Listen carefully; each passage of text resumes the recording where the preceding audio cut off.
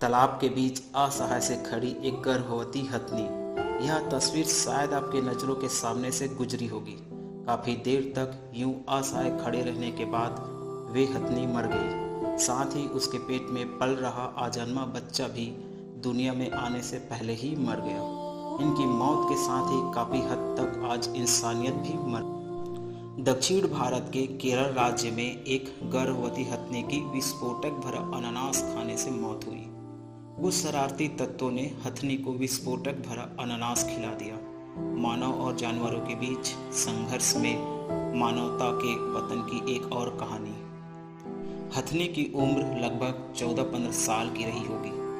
घायल होने के बाद वो इतने पीड़ा में थी कि 3 दिन तक वेलियर नदी में ही खड़ी रही और उस तक चिकित्सीय सुविधा पहुंचाने के सभी प्रयास नाकाम रहे। इस दौरान उसका मूड और सूढ़ पानी के भीतर ही रही। शायद उसे कुछ राहत मिल रही होगी इससे। उसके जबड़े के दोनों ओर गंभीर चोटें आई थी। शायद वो अपने गर्भ में पल रहे बच्चे के लिए कुछ खाना चाहती थी। घायल होने के बाद हथनी एक गांव से भागते हुए निकली, लेकिन उसने किसी को भी चोट नहीं पहुंचाई। हथनी का दर्द शायद तस्वीरों में कैद नहीं हुआ है और इस तरह मानवता आज शर्मसार है।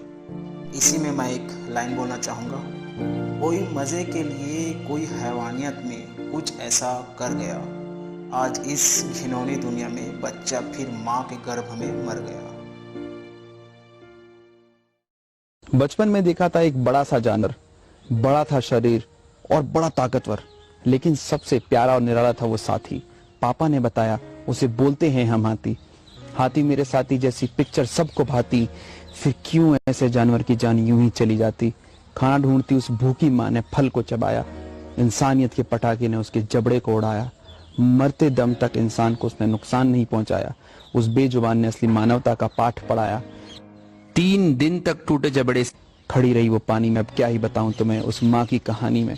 फिर हथनी और बच्चा दोनों गए स्वर्ग से धार। बहुत बड़ा कर्जा हम पर हो गया उधार। इंसानियत तो मर गई, अब इंसान कहाँ बच पाएगा। कोरोना, साइक्लोन, भूकंप और बाढ़ ही तो आएगा। अभी संभल जाओ, पृथ्वी का ना अपमान करो। पेड़ पक्षी जानवरों सबका तुम सम्मान करो। समय बीत जाता है तो फिर लौटना आएगा, मगर ऐसा ही चलता रहा तो 2020 हर साल आएगा।